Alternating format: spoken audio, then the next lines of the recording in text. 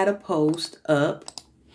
I had a post that I made some time ago, and I've been wanting to do a live on this and just haven't. So I figured, you know what? Let's use this time to go ahead and do it. So it is a post, and it says what every single woman that desires a husband should do in 2024. What every single woman that desires a husband should do in 2024. All right. And so this is what I put on one, and it says practice vulnerability. So number one, practice vulnerability, right? And it says creating a deep and meaningful connection requires openness.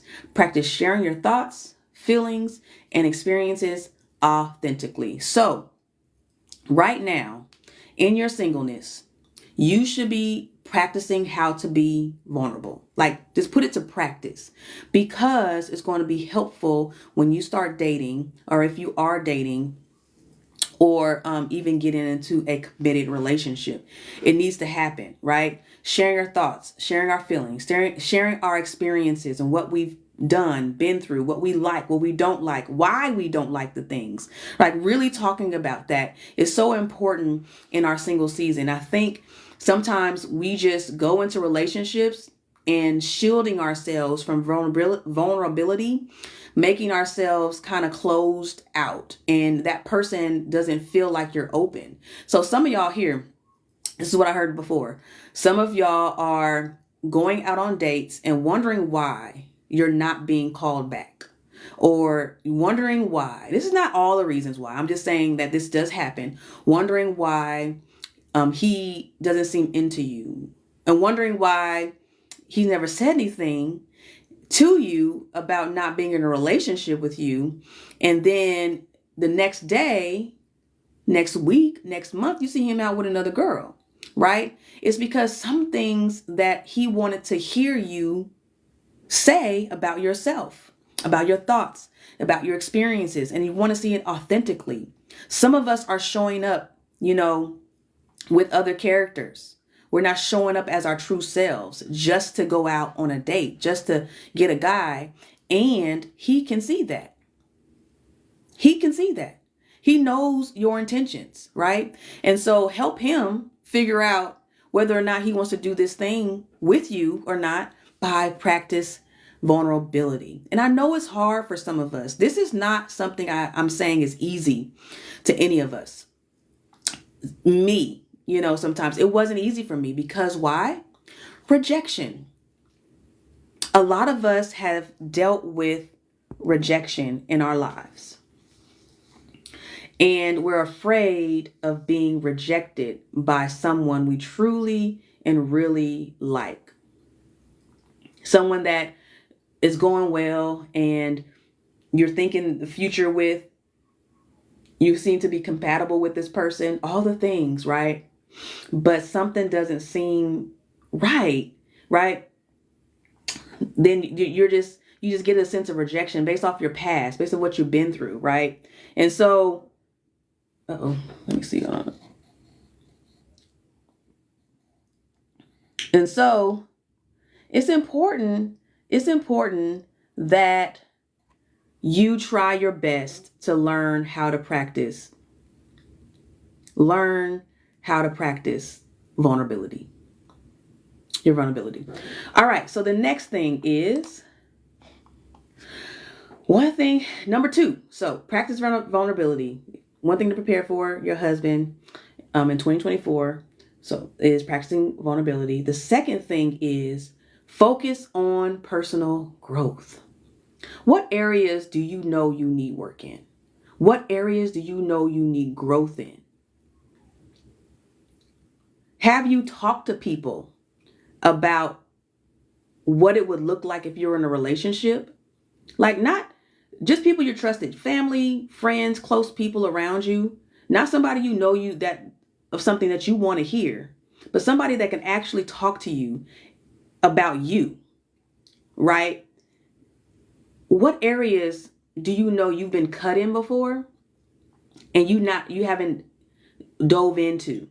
There's a book that my church is reading right now. It's a small group, and it's called Emotional Healthy Discipleship. And let me tell you, this book goes so deep into you to where you're getting the aspects of what it means to actually be being with God. And that book is tearing me apart as a married woman already. So I can only imagine what it's doing to Christian singles, to singles out there, right? And this is what you need. You need all of that in your life. You need that. You need to figure out what areas in your life you have not patched up, what areas need growth, what relationships you haven't mended, what friendships, family relationships, all those things. Because some of us are saying, I'm waiting. I have not found my significant other. Like, where is he, God? I don't know. I'm doing everything. Yet you have not grown in any area yet. You have not patched up the mess in your heart. You have not reconstructed or allowed God to reconstruct some things in your life. But you're wanting to invite somebody into a life that has not been repaired, that has not been healed, that has not been mended by God, that you not being straight committed to God, and yet you want to bring somebody else into that. What areas in your life needs personal growth? Figure these things out before marriage.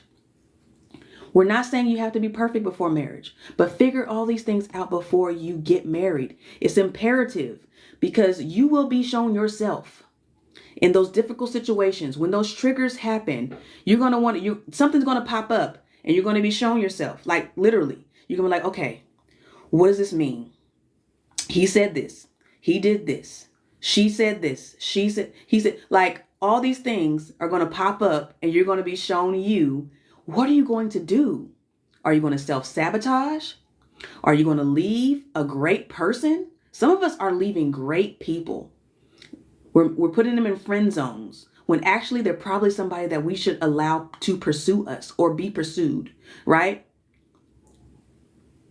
Focus on your personal growth. All right. Any questions? Hey, I got a few people here. What's up? What's up? Anybody have any questions tonight? We're focused on dating and relationships.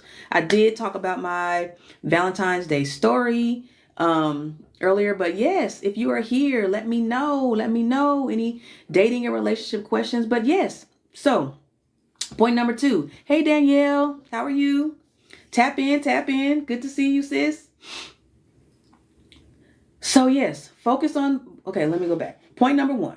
Let me go back to what I'm here for. What every single woman that desires a husband should do in 2024, practice vulnerability. Next is focus on personal growth. All right.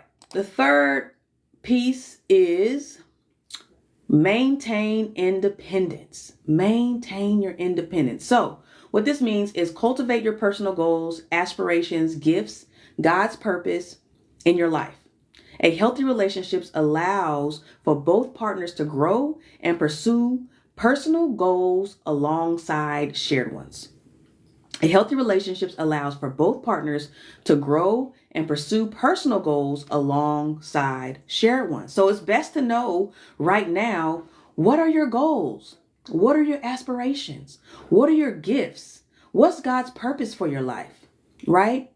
For those of you who are in church, I know there's a lot of people who are unchurched, who are not in church, who got a little situationship with churches right now, and they in and out and whatnot.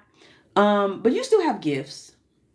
You still have talents, right? Some of you are in a middle spot where you want to be in church, you want to find a community, and that's okay. Like you'll get there. You'll get there. You should eventually find a covering over you so that you can get guidance and accountability for your life, especially if you're desiring marriage and you want your spouse to be in a God-filled, fulfilled marriage. It's best to be in the church together, right? In a healthy church together. But that's where I found out where most of my gifts are. When I served in the church, willingly. Not somebody pushed me because I didn't want to. Like I was like, ooh, that looks good. Let me try this out. And I found out where I flourished, right? What are your personal goals? Like what levels of income do you want to reach? What are some of the things career-wise you're thinking about? What are some health goals? If you are a parent, what are some goals you have for your kids? What are some goals you have for yourself with your kids? What are some long-term goals you have about the fun things you want to do, the hobbies you want to dive into, your interests? All those things matter.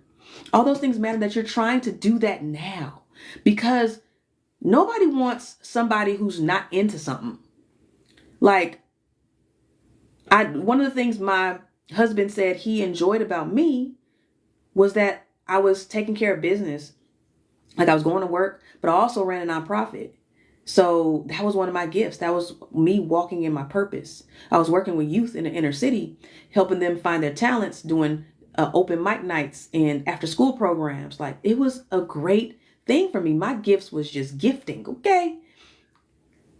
But he said he enjoyed that about me, and him, seeing him serve at the church when he eventually had to. Now he plays video games, and I had to think about, like, okay, what does video games do? But that was his hobby. He went to something outside of me being all into me. I knew he was into something else. Like, he had hobbies. He had things that he was into.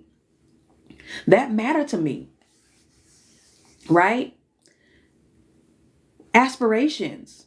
Hearing what they like to do. Like, what do you want to do with your life? If everything is about what is happening, the success you're not getting, and just failing and just being the Debbie Downer, like, what do you want to do? More importantly, where is your faith being exhibited at? If you believe in God, if you trust in God, where is he being shown at for what you're doing? And life shifts, right? Because when you're somebody's wife, it's going to hit different. When you're somebody's wife, when you're in a long-lasting relationship, all these things will matter, because you're not just a wife. You are you. What are you going to do with you? Right? What are you going to do with you? So, the journey before the husband is about self-love, purpose, intentional growth. It's time to start talking and activate talking and activate the chapters of your heart. We need to talk about the chapters in our heart. Some of us have not uncovered and revealed the chapters in our heart. The old chapters in our heart. The things that is bringing you down daily, the things that you have not brought to God, the things that you have not allowed to heal, the things that you are not allowing to be out on the forefront, the table. And this is some of the things that's preventing you from being vulnerable. You need to start doing that. If you want to have a healthy relationship where you both can communicate with one another, well, he could put his hurts and dreams and goals and visions and whatever is going through, and you can do the same. You have to practice these things now. You got to get these things out now. It's important. So it's time to break the cycle. This year has the potential to be unlike any other. Choose to do things differently. Sis, it's your time. This is going to help you date differently. Some of you, like, I've been meeting the same guys. I don't know which way is up and down. I'm trying to figure out the next steps. Go back to you. You are the next step. You are the next step. And some of y'all got done all the inner work, but have you? God does not owe you a husband for all the work you think you've done. Maybe some of us still have work to do, and you have to dive into it. You got to do it, right? You have to do it. So for those who are on here and are like, sis, like, what can I do? Like, how can I get to the next level to understand where I can become a wife? So there's a few things that I want you to do. Some of you, I want you to DM me. All right. DM me with husband. DM me with husband. All right. And there's two options I have. It is a dating with clarity and confidence session that you need to set up with me. And this is where we'll go through different stages in your life of where you are in singleness, whether you're on pause, whether you're actively dating, whether you are in a relationship or you're engaged. Walk with you through those steps. And we're going to see where you are, where you landed, and what the issues may be in your strategy now. And I'm going to be able to build a strategy for your future. So you're like, sis, like, I need help in that area. Like, I want to finally get the guy, but I feel like I'm stuck. This is where we need that strategy session. And I've been able to help women go from unstuck to be able to go out on dates, be able to know that somebody is out there for them. So if that's you, go ahead and put a husband in the comments, or put husband, in the comments, or DM me husband, so I can help you get in that journey. I'll be scheduling and putting those sessions out there soon. So right now, I'm actually doing a session. I'm doing sessions called Before the Husband Coaching. So this is a little bit deeper than the strategy sessions. Before the Husband Coaching is basically helping you from your singleness stage to your dating stage, all the way to your married stage. And you're like, oh, and married? Like, what, you gonna get me married? No, I'm not gonna get you married. I'm gonna help you be able to put yourself out there to be able to be married, to be somebody's wife.